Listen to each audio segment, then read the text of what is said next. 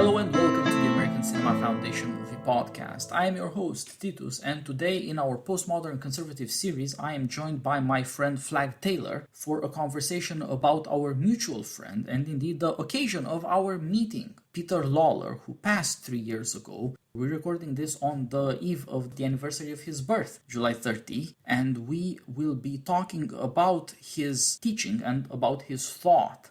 I started 5 years ago or so, it was at Postmodern Conservative. Flagg, everybody was already there. I was the last man joining the ship, and I was a young man, the kind of young man that Peter always helped lovingly, and I didn't ask myself very much either whether I deserved to be included among more distinguished academics or how it even happened that Postmodern Conservative became a going concern at First Things and then at National Review where I joined it.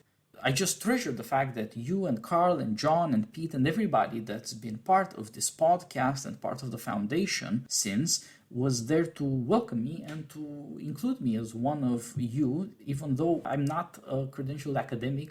I'm a film critic, and nevertheless, you have been wonderfully generous and helpful over the years. I should tell our audience, this is our 17th conversation over the last 3-something years. It's been now 3 years in the summer. And so it was with everybody else. Indeed, to a large extent, our podcasts here at the American Cinema Foundation were a way of prolonging our experience at Postmodern Conservative and bringing it to a new audience in a new medium. So I am looking forward, now that I am inaugurating this second series of the podcasts in memory of Peter Lawler, to talk about Postmodern Conservative and about what it is that we're doing here and what it is that you are doing as a scholar, since I have learned so much about totalitarianism specifically, but other things as well, from you. Flagg, it's great to talk to you again. It's been a while since we dealt with Mr. Jones and Agnieszka Holland and the cinema of memory in Europe. Tell me, how are you doing and how you met Peter in the first place?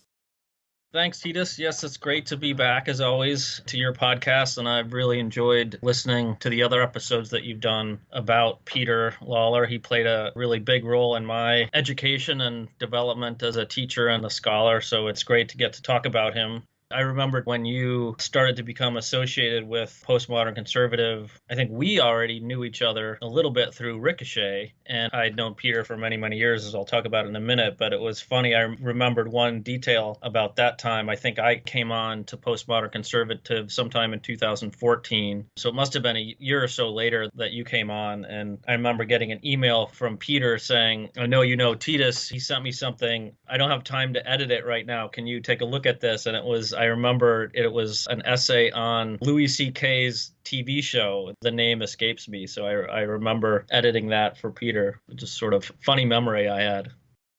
Yeah, we met for the first time with a common friend at a party in upstate New York, and you brought a lovely one of your wonderful pies. Yeah. The wonderful lattice. That's I right, remember that's right. that. And you gave me your book, Totalitarianism on Screen, which turned out to be prescient, since so much of our work together in podcasting has been on totalitarianism in Europe and great cinema it has stirred. I remember that first couple of essays I was writing about Louis C.K. I was proud that Peter thought well of me, and I pitched it because I knew he himself wrote occasionally about Louis C.K. He called him the comic philosopher of America. Yeah. That was, of course, before Louis got cancelled. And I think that Peter would still hold on to his opinions, as I have of mine, that he really is a profound thinker on our drama, on the drama of individualism, bereft of limits, anchors, and purposes. I think that's why he was cancelled, actually. It was not because he was imperfect or his human failures. It's that he told truths that we need to hear and don't want to hear. So eventually, it got to him. Yeah, that was when we first started blogging together. And then Peter, I looked back to when I joined Postmodern Conservative, and Peter blogged about me joining, and he wrote in his blog then that he says it took a substantial signing bonus, a multi-year contract, a huge golden parachute, and certain other perks I'm ashamed to mention, but I'm glad we were able to get Flagg Taylor to join us at Postmodern Conservative. So I wish all that were true, but sadly, none of it was true. I first met Peter when I was in graduate school at Fordham University in the Bronx. I was studying with Mary and David Nichols, and Mary and David are very good at connecting their graduate students to other academics and thinkers. One such academic is a guy named Dan Mahoney, who you interviewed about Peter. Dan and Peter had been friends, I think, back then for already a decade. And Dan used to come to Fordham to visit the Nichols, and I started to become friends with him. And through Dan, I met Peter.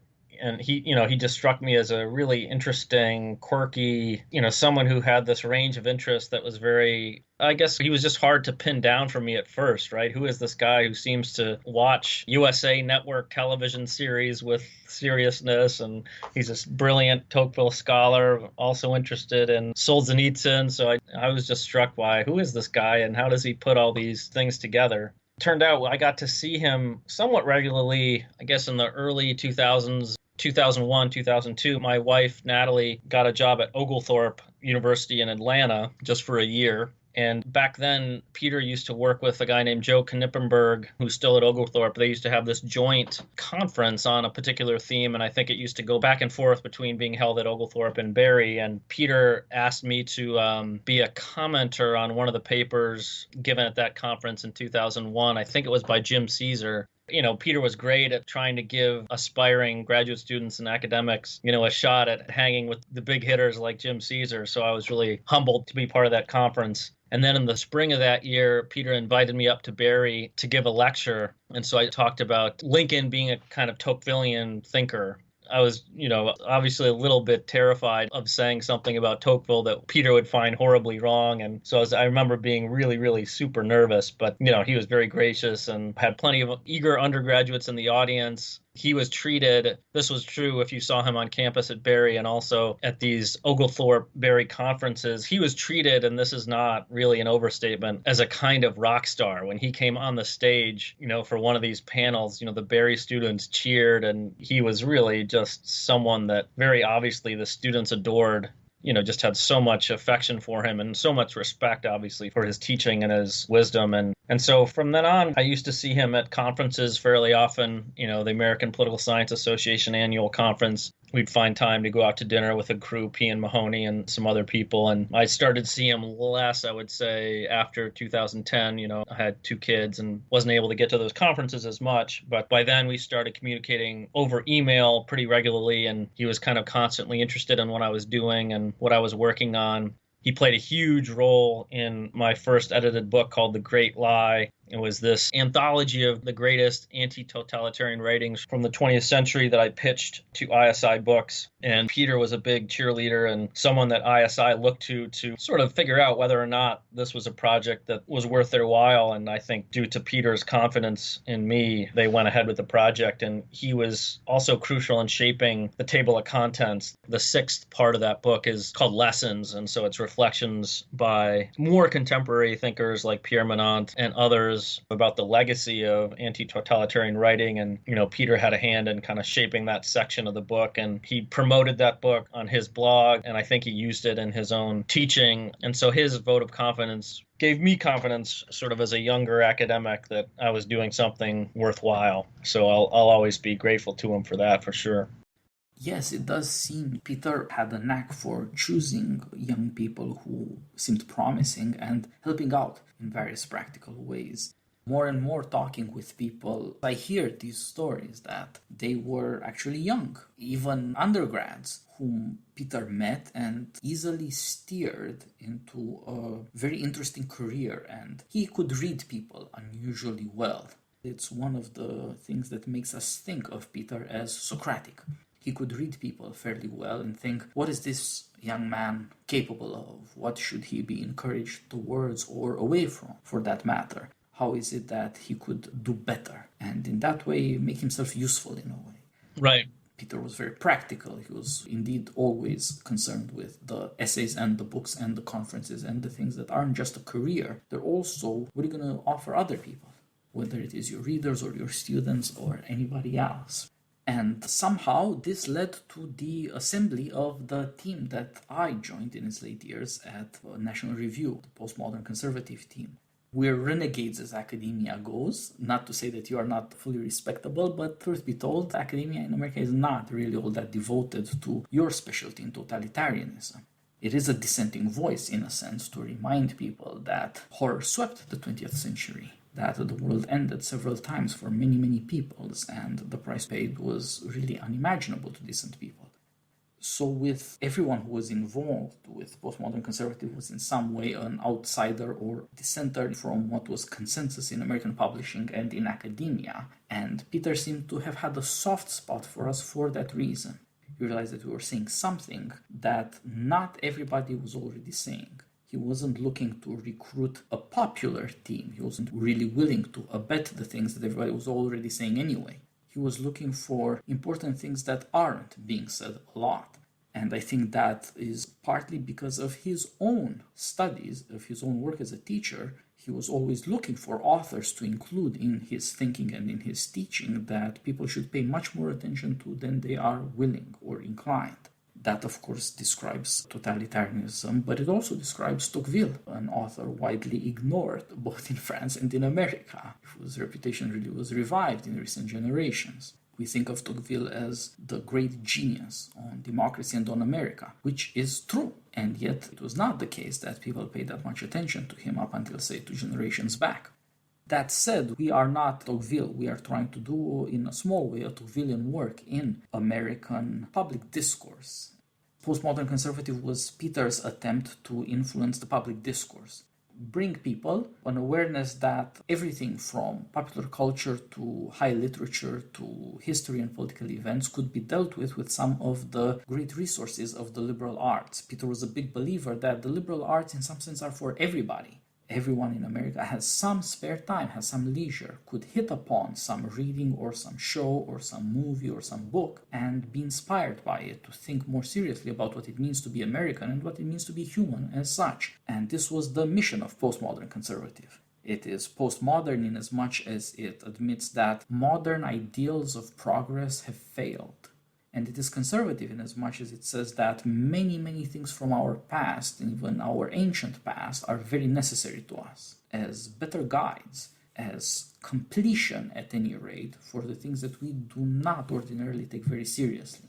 These seem to have been the guiding ideas of postmodern conservatism as he organized it and ran it over the years, and it made for a unique voice in American public discourse. Somehow Peter managed to put this together, and he thought that we also had a duty, in a strange way, that Americans deserve to be told more serious things and more intelligent things. He disliked people who were snobs, not just because they didn't take seriously what Americans take seriously, but also because they didn't do their public service. The foundation here and everything else we do by way of publishing is some small but real proof that talking intelligently with an academic education in the liberal arts is something that Americans are looking forward to, that they are willing to embrace and support, and perhaps above everything else that much more of it is needed than we think. Peter was an early adopter of blogging and an enthusiastic practitioner, indeed a teacher by example in this regard. And I think that's because he realized that many institutional solutions to the problem of education in public discourse had failed, and it was time to look for new ideas. He believed deeply in education, which is why he practiced it so much, and it was his primary activity. As you say, it's not just in class, it's also editing volumes, helping people get published at university presses. It's also at conferences and even the American Political Science Association. In every way, he was active in the professional domain to do the best for education, but he was also active outside of it, and you could say he hedged his bets. There's a great American nation out there that also might be a good audience.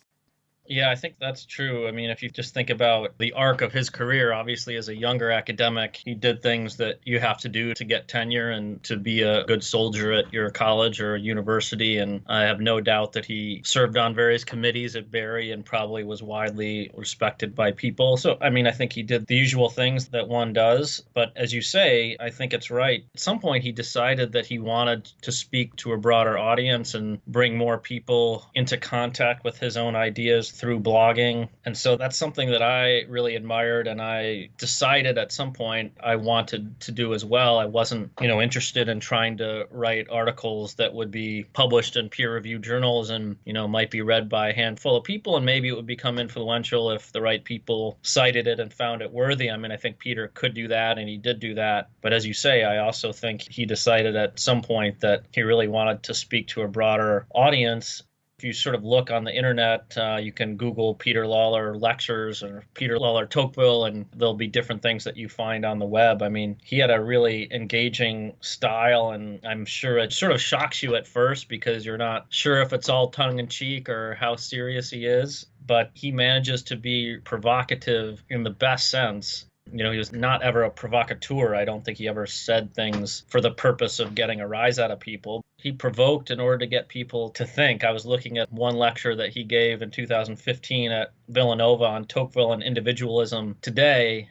It's an amazing performance. I think he spoke for about 50 minutes, and it's a pretty compact interpretation of Tocqueville's concept of individualism, and he gives you kind of a concise and thoughtful reading of some of those chapters and discusses that in the context of the portrait of the democratic mind more broadly. And so at the beginning, you think, oh, this is a really interesting lecture on Tocqueville. And then as he starts to get going, he starts to talk about what individualism looks like in America today. And he says, you can tell a great book by the fact that it gets more true the further you get away from its publication date.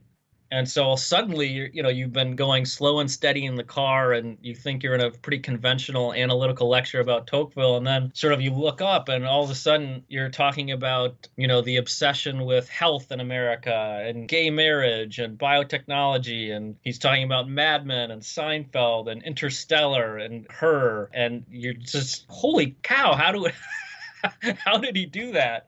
I mean, I think there are other academics who try to bring the ideas of old philosophers to life in interesting ways, but I don't think anyone did it quite like Peter did with the attention to popular culture and this, I would say, this sort of acute social analysis, sort of keeping his ear to the ground for social trends, depopulation.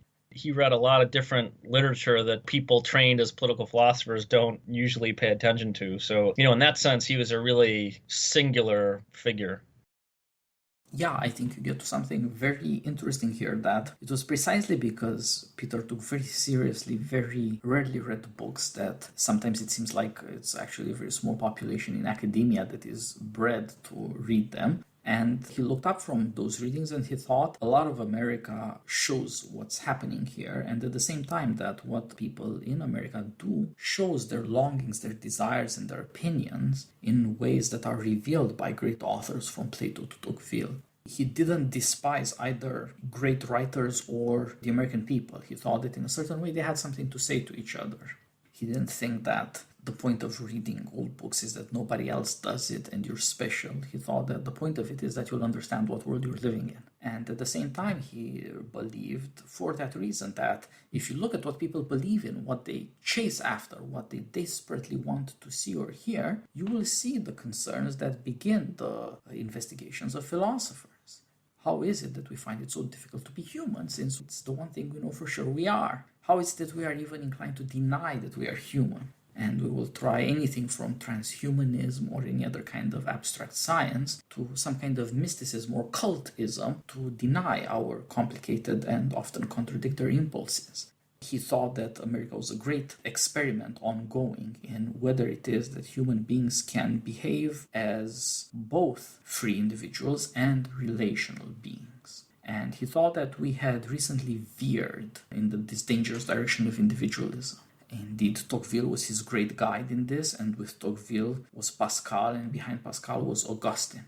He had a great teaching from his Christian Catholic heritage, but he also thought this is obvious to anyone who just looks around at what people do, who just listens to his friends and to his family and takes to heart their turmoil.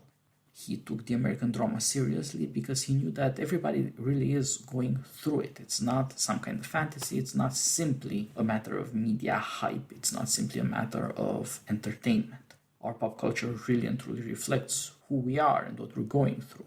It's messed up because we're messed up. And therefore, he wasn't inclined to be very moralistic about public discourse. He was first of all trying to understand, why are people so troubled? Yeah.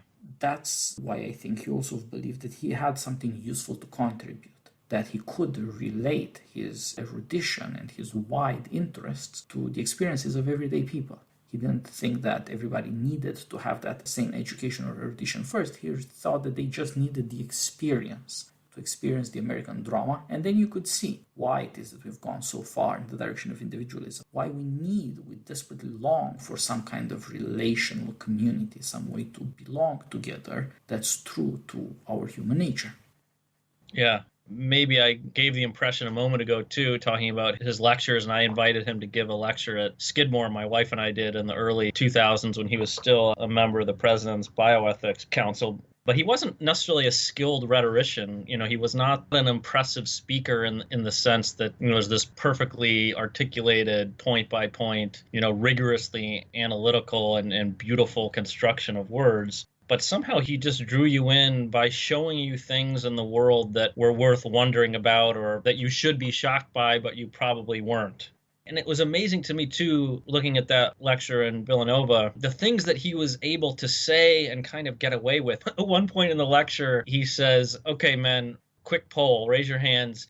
Who would rather have an actual girlfriend or just watch porn on the internet in your room?"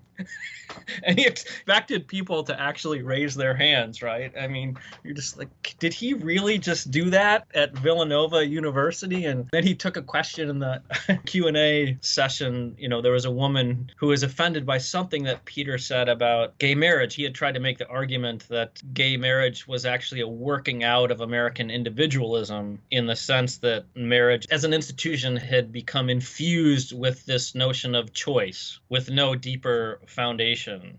I think at some point he said, if you had said to the people who are trying to promote gay marriage, well, do you want the marriage that existed in the 40s and 50s when, infidelity brought you immediate social censure and dismissal by, your immediate community, and divorce was very, very difficult, and you usually had to have it in a church with some, religious sanction. Do you want that? And he said probably, advocates would have been less excited about that prospect. And so he sort of wanted to say, I'm not coming out for or against it, but I'm saying that gay marriage as it exists now is a kind of working out of these individualistic premises. And so he took this question from this woman who didn't really understand the deeper philosophic point, just was only getting that he was trying to argue against it. And I don't think he was able to convince her, but he was able to kind of take her question and respond to it, in a way that was, I think, pretty charming. And sort of coupled with the little anecdote I just said before about internet porn and things, he just had this way about him where he could say these shocking things, but you knew it was in the service of genuine inquiry.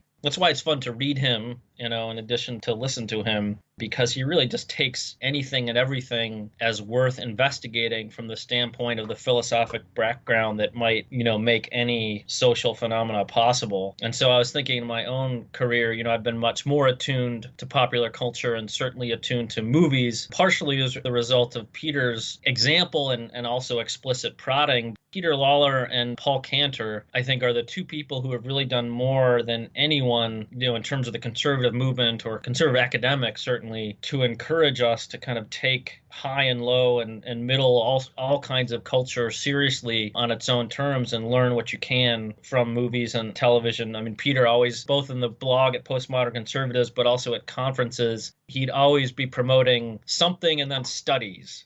So we were doing true grit studies for a while, dissident studies, Friday Night Lights studies. He was always sort of nudging people into, look, you got to take this stuff seriously because there's a lot going on in these shows worth paying attention to. Yeah, I think that's right. That's one of the things that drew me to Peter early in a strangely personal way. I come from rigorous academic education, and that means you have to sit around with a book and with commentary and take it very seriously, and you are often tempted to forget that you're a human being or that the people you read are human beings. You are first of all tempted to abstract from all that and just consider the argument by itself, as though it were not a human being speaking to another human being. Whereas Peter helped me a lot to go and see that it's people who have these concerns, and those concerns are there for a reason. But if you put yourself in somebody's shoes, if you try to say, why would somebody say this to you? If your first instinct is not, well, you're wrong, or, well, that's just obviously right, but you're asking yourself, why would somebody say this? Then you get to know a human being. It becomes more personal and not just abstract. And that drew me to him and confirmed to me that my own concerns for culture or poetry more broadly were not simply foolish or distractions, that they were tied up with this insight that we have to figure out what the relationship is between our lives and our opinions. Peter made a great effort, as you say, to remind academics that they do not live in a fantasy world, that however hard they pretend, they're actually Americans. Some people like Paul Cantor don't just know they're Americans, they revel in it. But that's also why Paul Cantor, another member of the American Cinema Foundation, a man for whose friendship I'm very grateful, he's wonderful to talk to, it's why he, for the longest time, was not taken so seriously, because he would remind people that our ideas are exampled in our culture, and our culture itself in turn calls forth ideas that will make sense of our experience. Why is it that we're doing these things? Are they right? Are they wrong? Are they likely to work? These concerns are not first and foremost for academics, and of course they don't need to be first and foremost. For academics, first and foremost is to deal with learning and to deal with students. But that gradually, as it develops, requires that you realize that your students come from America and that your ideas will have some relationship to American life. And you begin to be more prudent and more serious about helping people out and seeing where you stand to other people. And so Peter's concern with popular culture and higher education were very deeply connected.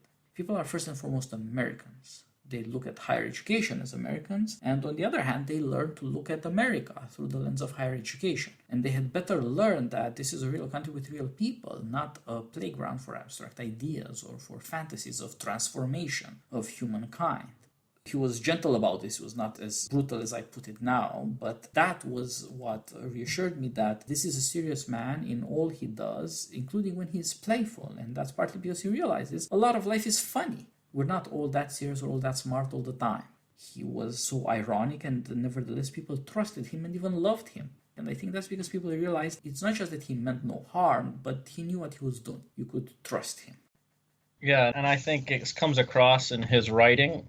I've been trying to think about, maybe you have a sense of this. I'm not sure. My suspicion is that his writing changed pretty significantly. I mean, there are certain continuities. You know, if you look at The Restless Mind, his Tocqueville book that was very widely respected by Tocqueville scholars. I know Harvey Mansfield thinks very highly of it. Certainly Dan Mahoney thinks very highly of it. It emphasizes Tocqueville's Pascalian, Rousseauian side. And it's also, I think, noteworthy in that he takes Tocqueville's minor work, The Souvenirs, very seriously and makes an effort to integrate that autobiographical work, into the substance of the argument of democracy in America. So it's, in that sense, it's path-breaking, I think. It sort of showed you that you had to take the notion of restlessness and pantheism, subjects that are treated in a pretty compact way in Volume 2. Peter argues that those chapters, in a sense, reveal the important core of Tocqueville's thought. And so he wrote that book, and I think it shows signs of Peter's particular style, but I don't think he quite found his full, I'm trying to communicate to everyone style until later in life. I think he got much more playful, much quirkier. As Mark Henry emphasized, liked to start sentences with "so." He also is very fond of the phrase, more something than ever. Americans are becoming more something than ever, right? Just to try to push, the social logic of this or that phenomenon. And so, he's just really fun to read. So here, I'll give you 4 Lawler quotations. Maybe we can rank them. I'll start with my 4th favorite. So this is a very serious quotation, but it's very deep. It's from The Restless Mind, and it's on Tocqueville on greatness. So he says, although greatness or human excellence eludes precise definition, Tocqueville shows it to be some combination of good judgment, openness to the truth, disinterestedness or personal integrity, an ability to comprehend human distinctions, elevation of the spirit or breadth of soul, political passion, courage, and a willingness and ability to take responsibility for the most weighty, primarily political matters. I love that because it's just, I'm going to give a shot at giving you a sense of what Tocqueville means by greatness in one sentence. And here it is, and I'm not going to break every clause down and do 16 footnotes for everything. I'm just going to take a cut at it and tell you what I think. It's a great, compact definition. Yeah, it's wonderful, precisely because it tells you should ask yourself, how do you rank item by item? First of all, you're just hit by all of it in one sentence. It can't but impress you. This is what it would be to be a great man. Greatness is the quality of a man. It's not abstract. But also at the same time, do you yearn to embody this? He plays on this fact that we want to be better. The virtues matter because we want to embody them. I could be better, and here's something of a guide. Yeah. And that's something we dearly need. It's what we call looking for love in all the wrong places, but this is what guides Peter when he says, look at this celebrity, look at that movie, look at this cultural event, look at that politician. It's not just maybe they fail at something. It's also why do we Americans long for this? We are looking for this thing. We are looking for greatness. Yeah, that's good. All right, number 3. This comes from an essay called Liberal Education as Respecting Who We Are. And it gets at Peter's, I think, general pedagogical technique. So he says, part of the Socratic method, more than ever, is to keep students from surrendering what they really know about who they are to those clever sophists. In this sense, classroom conversation is in part a polemic, even a shameless polemic, against the sophist's 2 weapons: scientism, studies show, and relativism, that's only your opinion. So I love that because Peter's always trying to combat the studies show mentality and the that's only your opinion mentality. That's what genuine classroom conversation does, is making students articulate their opinions, providing evidence for their opinions, but also making them say what they really think, say what they really believe, and to convince them that what they say and believe matters. And they should take the effort to make it matter to other people. And it doesn't matter if they have a quantitative study to, back up their claim. It matters more whether it's, rationally intelligible and moves their fellow classmates to agree or disagree with them. Yeah, I think that's right. We can all see greatness in great athletes, as Peter used to say, sports, the only meritocracy in America, or in great patriots. But we also want to experience greatness in whatever way we can for ourselves, and that tends to come through the great books. And the whole point of the classroom is that it asks of students, do you really and truly love this? And if you love it, will you speak up for it? Will you speak up for yourself, for your own longing for this thing?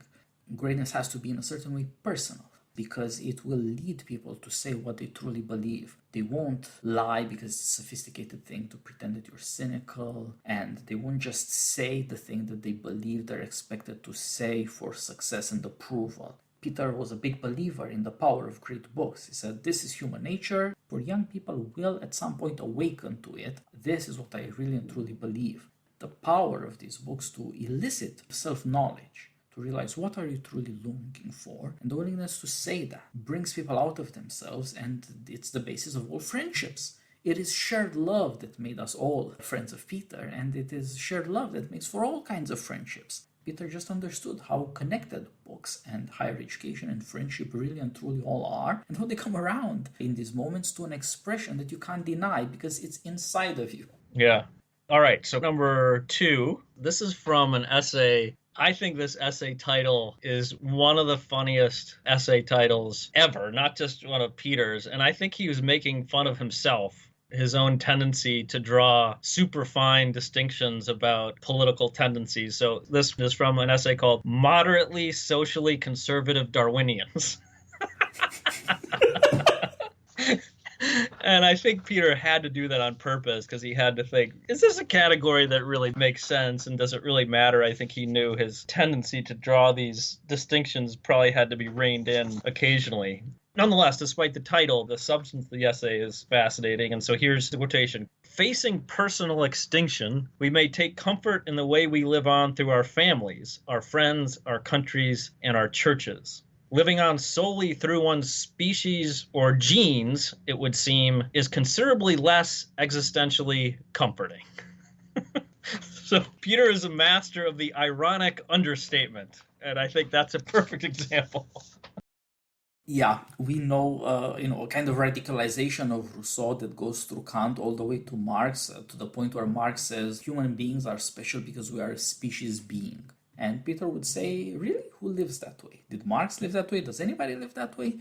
You are the human being that you are. You experience yourself, as I experience myself, as an individual, but also in an aching way as a part of something bigger. And that is the tension of being human. I'm both an individual, and to know that I'm an individual, I know that you know me, that you're my friend. I know that my wife knows me. She's my wife. I depend on other people to know that I'm an individual. Which individual am I? Why do I matter as an individual? I matter because I matter to you. I matter to my wife. I matter to people whom I really and truly know and who really and truly know me in return. These concerns, family, friendship, country, that are real and practical because they involve what do I know, what can I do? These are all ways in which we gain evidence that we're good for something. And these are all ways in which we therefore realize we are oriented toward the good, which is primarily the human good, what is good for us, what is good for other people. These are things we can rely on. They involve both knowledge and action. They make us human. That's why we can't really commit to the Darwinist idea that only the genes matter, because the genes don't matter to me. As we can see, the only world in which Darwinism is a popular theory is the one world which won't reproduce. And so Darwinism has been refuted by the evidence. But Darwinism isn't entirely false. Certainly we do wish for our own propagation. We wish that there be more of ourselves in as much as we think that we are good. That it's good to be a human being and there should be more of us. To do what the Darwinists want, reproduction, the continuation of the genes, we have to do all the things that matter to us. To love and be loved, to trust and be trusted, to achieve all the things that make love and trust true. Yeah. And the last one, my favorite quotation, comes from one of my favorite Lawler essays, Communism Today. It's in the book Stuck with Virtue. And the essay is really great because it takes on this notion that you'll often hear from people, right, that communism is only bad in practice, but the theory is worth saving, right? And Peter, in that essay, takes Marx's hopes and claims from the German ideology seriously and says, well, what does Marx expect will happen at this final rosy stage? He points out, in fact, it's a hyper-libertarian dream world where you can sort of do anything you want at any moment. You can fish in the morning, read philosophy in the afternoon, et cetera, but there's no attachments, there's no longings, there's no duties. There's nothing behind any of the activities that one undertakes. It's all hobbies without any demands placed upon you. So there's no genuine love, and it would be a kind of horseshow. Now, in that essay, Peter also goes on to show us there's some evidence for the idea that some of the ways in which America and the hyper-modern world today has some of the pathologies already at work in it. And so he talks about something I mentioned before, our obsession with health. A few pages, he kind of dilates on that and talks about why this obsession with health, although it's a good thing that people are living longer, the obsession with health makes death seem more accidental, right? Makes us more fearful of it and makes us seem like a big surprise. We can't live well with death because we're obsessed with health and we're on the treadmill all the time. And so he said in the future, this might be taken up by educators, and you might get students who are graded in a quite rigorous way, not only on their minds, but on their bodies. And so he has this line, and it jumped out at me because it's a very serious and demanding essay, and you're sort of going along, and then you read this. He says, in the BMI, or the body mass index category, there would be no masking the student's true performance. And the school would have every right to demand that parents discipline their kids towards a more physically risk-free life. The tough goal would be no child left with a big behind. Oh, I just imagine him sitting at his computer saying, oh, I can't resist this. The editor is going to try to convince me to take this out, but I will die on this hill. I'm keeping No Child Left with a Big Behind in. So I don't know who at ISI Books had to edit that, but I'm sure they just shook their head and thought, there's no way I'm going to try to negotiate with them on this line. That's right. I'm glad that Peter won so many of his disputes. He realized that Americans are too inclined to slogans. This one weird trick, this one TED Talk is going to transform your life. And so he was always ironic about these statements and could find some fault with them. It was both funny and substantive. That indeed you end up thinking, maybe people are too obsessed with being happy and it's making them miserable. A friend of mine once told me that she jogged for years and years up until one day by accident she saw her image in a car window as she was jogging by and realized that she was all a grimace of suffering and striving, and she gave it up. She thought, this is not life, this is going too far.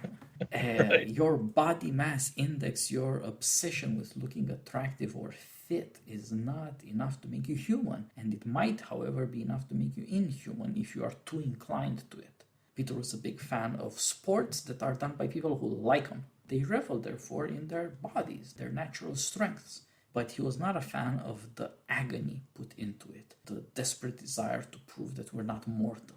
Right. Because that only makes mortality come as a surprise. Mm-hmm.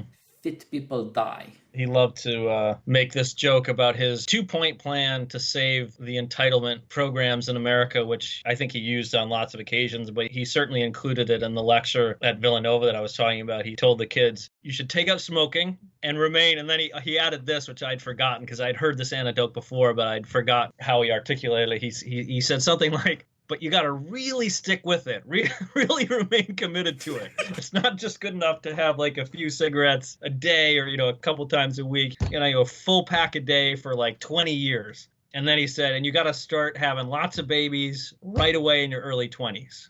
And that would be, demonstrating your patriotism and saving America. And I'm sure the students in the audience at Villanova that day kind of looked at them like, I think he might be serious, but I can't quite be sure if he's serious. At the end of the lecture, he said, no, I'm not recommending that. But I don't know, there's something about him. He has got this twinkle in his eye where you're not quite sure how serious he is when he says these things. Yeah, I of course like it because I'm a smoker and I want kids. But even if you're not, you could see that you cannot have the social programs we want unless there's going to be a next generation of productive workers to work for all the things we need in our retirement. And at the same time, we don't live so long that we consume all the money of the world in our retirement years. Them's the breaks. You can't have it all. You can be as healthy as you want, but if that means that people live a very long time, you have to face the fact that most of the health expenditure in America is for retirees. That's not easy to fund. We need more children. We need more productivity if we want this. But it also points out, a lot of people enjoy smoking. It's not healthy, but is health all there is? Is that the only thing that makes you human? Yeah.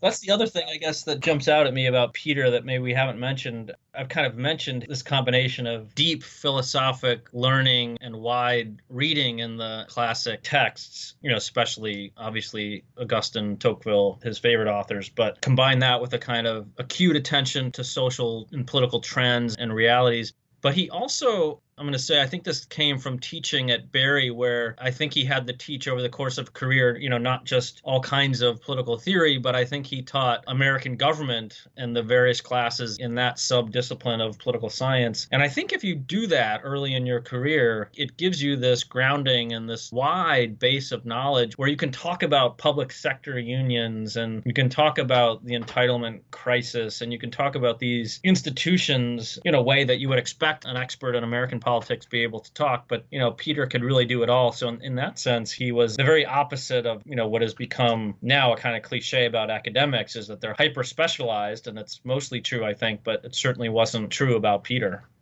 Yeah, you're right. He took his patriotism with a healthy slice of academia, and he thought academia should offer you some knowledge and some reflection on all the things you cannot have an experience of. The past, obviously, you weren't there, but this is a great nation, 300 plus million people. You can't see them all, you can't see all these places, you have to learn somehow what is happening in America. If you're going to be a political scientist, you had better know these things.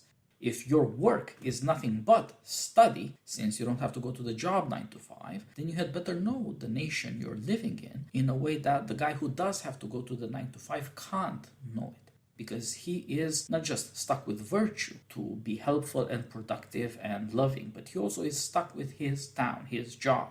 And he doesn't take responsibility in this way regarding knowledge for what's happening everywhere. But if you're a scholar in political science, you should do that. You should have broader and deeper views. You could say that Peter lived up to what Tocqueville said, that he is trying to see further than partisans see, but in the same way. He's a political philosopher. He is a man who concerns himself with politics, with real people's lives and causes. So he was indeed very well prepared to reflect on these things in practical terms. Just like, as you said before, he was very concerned with theoretical things and took them very, very seriously. What does it mean to have communism? It turns out that communism is nothing but libertarianism. If you ask Marx, what is the fantasy here? It's being alone. You're just going to do what's on your mind. You want to be a farmer, you want to be a fisherman, you want to be a critical critic, whatever you want to do. And so Peter pointed out, there is nothing common in communism. You are alone. You're no longer tied with anybody. If you have made the somewhat insane assumption that there's not going to be any need for real work, then everything, including work, including danger, just becomes a hobby. You have overcome the human condition. You're just actually a kind of a Greek god in Homer's stories. Fickle, careless, abstracted from reality. Yeah. This is what guided Peter, that at the end of the day, Darwin, Locke, and Marx all say the same thing. They all pointed to partial truths, but they take them in a direction that leads to a craziness, that you are a self-sufficient individual, which turns out actually to mean you don't even know you're human anymore. But in fact, you have to look away from them to what you really and truly know makes you human, that other human beings love you and you can love them back. You're not just an abstraction of freedom, choosing and re-choosing and unchoosing, as there are never any consequences to choices. But in fact, figuring out that the choices you make end up defining you, tying you or severing you from other human beings. Peter talked about this, that he worried about, even feared, a liberal libertarian convergence where the people who claim you can have pro-choice on everything forever and the people who claim that there's always going to be therapy and social services to look after you through the federal government end up banding together and removing from you any experience that you are the person that you are with the people that you know, that I don't know them because I don't know who you are. And the more you take yourself seriously as a human being, the more you have to reflect on that experience and therefore on the people in your life. Have you done well by them? Have they done well by you? That's what ends up defining you, not pretending that you can recycle endless identities with no consequences. You can't live in fantasies, you can only live with people. And therefore, something like communism can never be true. You will always desire to know other people. You will always have duties to your parents or your children or both. You will always be tied up with other human beings. Yeah, and the other thing that you talked about with Yuval Levin that's worth mentioning, of course, is, what he started writing about biotechnology. I'm not sure when he first started doing that, but certainly in the early 2000s, he was doing it pretty frequently. And I think he made some significant contributions to helping us think about that. And I guess the sort of bumper sticker takeaway from some of his stuff, I think, is that the libertarian emphasis on the importance of choice can end up requiring, especially in the area of biotechnology and eugenics, a kind of coercion, right, to give people the genetic makeup where they can choose well. He thought you could get to a pretty coercive eugenic project or eugenic state based on libertarian premises. Something that seems paradoxical at first, but you read his essay on technology and Stuck with Virtue and some of his contributions to the reports of the Bioethics Council. He's always intent upon showing you the connection between starting from kind of hyper-libertarian premises and ending up in a kind of statism that you wouldn't really have imagined unless you were really thinking through the premises initially. Yeah, that's a very good way to put it. And indeed, Yuval, in our conversation, insisted on the importance that Christianity and therefore the person played in the thinking of Peter. That you have to remember that each one is an individual who feels in some way responsible for his situation, and you have to defend that, because there's always a temptation to say, we'll develop some new kind of power through technology, and then you don't have to be a person anymore. You don't have to take maybe responsibility for the next generation or for your own family or for people you know in your town, your neighborhood, wherever you live. But then it gets more insidious from there. What if belief in productivity means you have to take all the drugs that will keep you productive?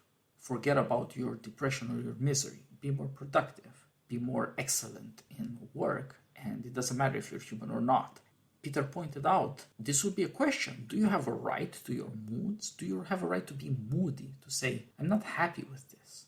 Or are your moods a defect that pharmacology or genetic engineering ultimately can fix so that you never have to ask yourself, who am I?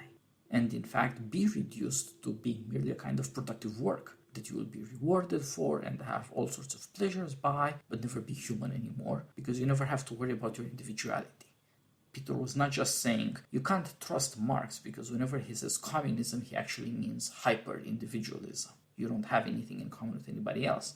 He also said you can't trust the libertarians, you can't trust productivity capitalism, because whenever they say you be you, what they really mean is you be productive in accordance with an impersonal technological process that ends up stealing your soul. Somehow, at the end of history, Locke and Marx meet. That was Peter's warning to us and his teaching. This is what we have to avoid. We have to realize we are tempted to do this, to say, well, I got my own choices, and then to experience that defiant freedom as I better do what the boss says or expects, or else I'm nothing. And a lot of the opposition to that from Peter meant saying you should have something of the liberal arts, something of higher education. All Americans must work, but all Americans also have some leisure. That leisure we often experience through popular culture, and it's sometimes enlightening, but it's often deceiving. And we had better think about it in more rational terms, in more humane terms, above all, to learn from previous generations, from previous centuries, what it means to be civilized, what the longings of the human heart are, so that we do not succumb to personal choices and universal pharmacological mood control, so that we turn out to be productive slaves of our own desires. Yeah. I guess the other point I wanted to make about Peter is this concept that you've thrown out there with a few of the people you've interviewed, selective nostalgia, right? I mean, a lot of the things that Peter discussed and the social trends that he identified, one might expect him to be what you might think of as a kind of conventional paleo-conservative, right? Kind of Wendell Berry, the modern capitalist West is all terrible and we need to go back to kind of organic communities and localism, run down the list. I guess this would be the kind of thinking associated with Front Porch Republic, or the people that Peter referred to as the porchers, tongue-in-cheek. And it's sort of interesting that, he sort of saw some of the trends that they identified, but I don't think he could ever embrace fully their analysis of the present or their project in terms of solutions, in part because Peter was respectful of the idea that genuine progress had been made. And some of these, communities, of the past, where a working family in Pittsburgh could have a good living with the father working in a steel mill, the mother didn't have to work, and lived in an organic community. There was a sort of central church and, a local bar. And in a sense, it was this vibrant communal existence.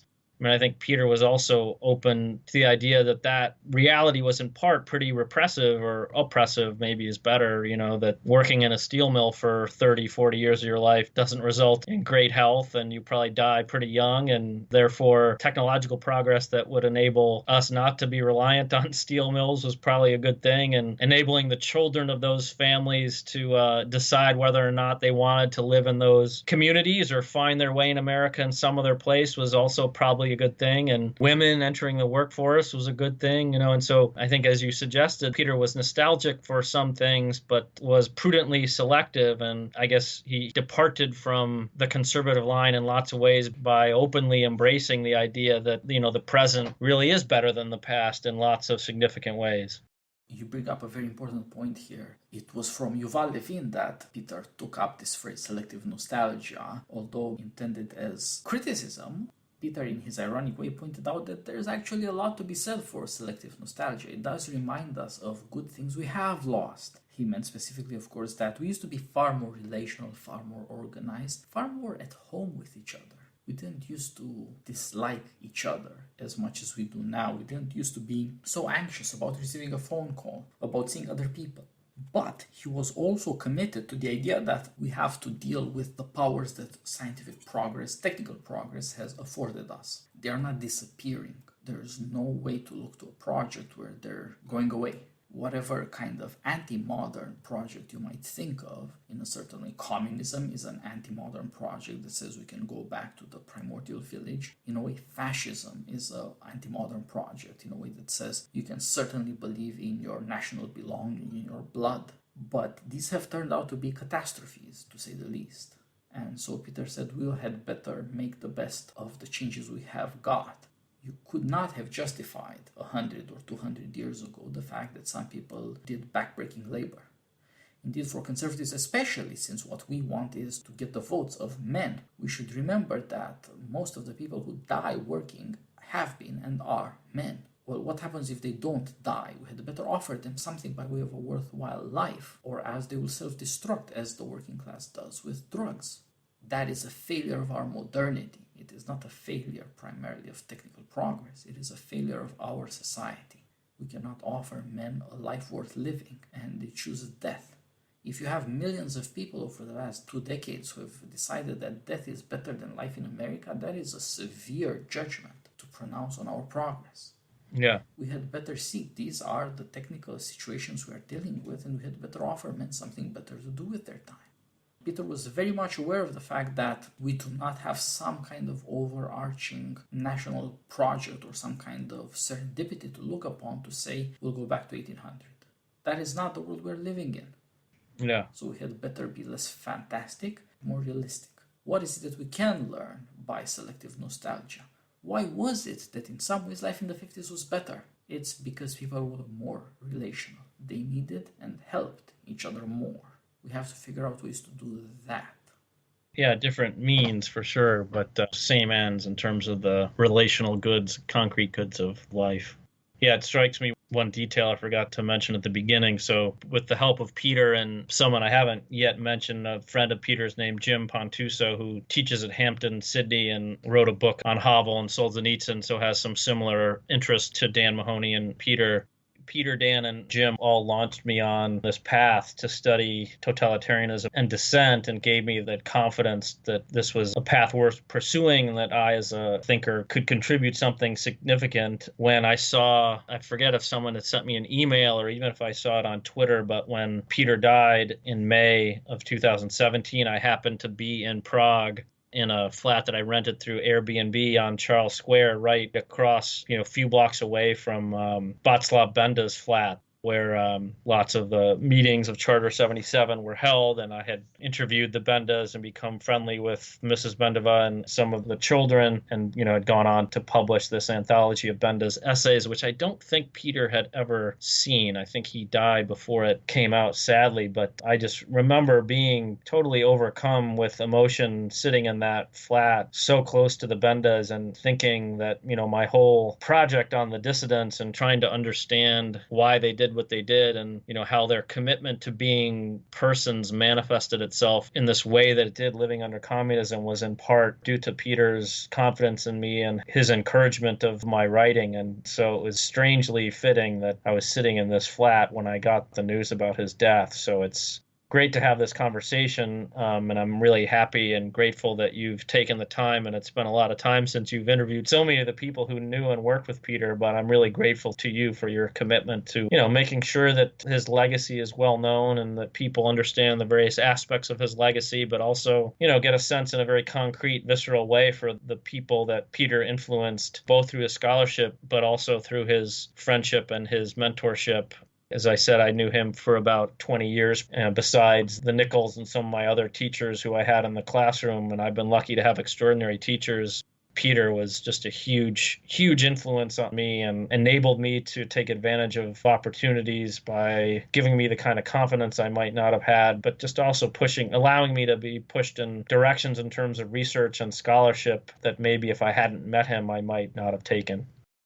Yeah, you are one of our wonderful scholars in dissident studies, as Peter would say. He thought that what is true of Václav Benda or Havel or anybody else in an extreme sense is true of the rest of us in a less obvious sense. Because it's not just them, we're all stuck with certain problems that are modern problems. We all feel alone. And of course, months of lockdowns and this miserable crisis have brought it home to many, many, many, many people.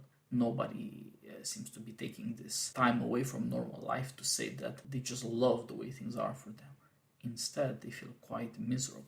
That's another sign of the fact that Peter was right. We should learn from the dissidents. We should learn what it means to be alone and miserable, because we are not relational beings, and therefore that we deeply and truly desire to be relational beings, to be fully persons. And yeah, the books are there. Peter was a very prolific writer. but it's also those of us who knew him and love him. We have to remember him, and I've learned very much through these interviews from other people who knew him much longer than I did, and who nevertheless had very similar experiences. What it means to be helped along by somebody who believes in you because he knows the practical thing that you're doing. It's not fantasy, it's not self-help rhetoric, and it's not therapy. It's practical concern. You want to publish an article, you want to study something, share your learning with others and learn from them in turn. Peter made that possible for all of us at Postmodern Conservative and our audience beyond the classroom or beyond academia. It's a rare attempt beyond the liberal arts to share the liberal arts, to show what it means to be concerned with being human and therefore all of the things that are involved in that humanity, and to share them with an audience who is willing or even eager to learn but hasn't been guided yet, or by circumstances has been prevented from achieving that for themselves. This is, in that sense, the utmost of Peter's generosity, and it's why I felt after his passing that all of us who were put together by him, who are friendships to him, should continue this project, and why we're doing Postmodern Conservative and now this series on his thought and his life and his activity and everything he did for us and he encouraged us to do for everybody else. It is as easy as doing podcasts in a certain sense. In another sense, it's as difficult as dedicating decades of your life to a certain study. And somehow he managed to encourage us and to convince us to do this for the sake of other people as well. Put us all in touch and to tie us up with our audience. And that's no small thing. It's what we owe Peter. Every time I talk to you, every time I talk to any one of our friends, somehow Peter is in the background. That's a sign we're not really all that alone. We shouldn't be all that worried. We should do our best. And so every time I see you, every time I see any of our common friends, I'm reassured. That's something I'm also grateful to Peter for, and I'm grateful for your friendship, for everybody else I've interviewed. It's a wonderful thing that we can offer other people, and other people in turn will be able to profit by it. Yeah, there's no doubt about that. I think that's true. Well, Flagg, we've come to the end of a long conversation. These interviews about Peter with Peter's friends and collaborators and interlocutors have tended to run that way. There's much to reminisce about. Indeed, there's so much more that needs to be said. But our audience will have to go find the books. We'll have to go read Peter on any and all of these things, and indeed listen to the few lectures that are available online. He was a very funny kind of guy. That's an important lesson that I think perhaps we have not learned enough. Yeah. Intellectual discourse is not often that witty, but Peter had a unique way of going from the most theoretical to the most practical statements that pointed out how much in us is ridiculous and that we can learn from it. Yeah. It strikes me that I wish the podcast world had exploded earlier, because I don't think he did a ton of podcasts. I know he did at least one with Richard Reinsch at Law and Liberty on education, which is very much worth listening to. But yeah, I wish there were more of him on podcasts. Yeah, you're right. Peter was always in the advance of these sorts of things as he was with blogging, but podcasting hadn't quite taken off. He did some interviews or lectures that were recorded so you can hear his southern drawl and his peculiar mannerisms that were so funny. As people say, there was something thoughtful about the way he presented himself that is also worth learning from. It's not all one big accident.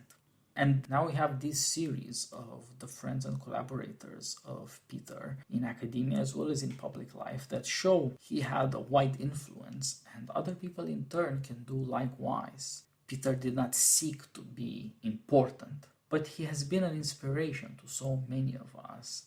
That is what's important, and perhaps many in turn will feel inspired as well. Yep. Well, this has been great. I really appreciate you taking the time to talk to me about Peter, and was really happy to do it. Thanks a lot, Flagg. This has been our 17th podcast, and I'm sure we'll do another movie podcast sometime soon. But it's good to take a break from our film studies to talk about our great friend Peter. Thanks a lot. Yep. We'll see you soon. Bye-bye.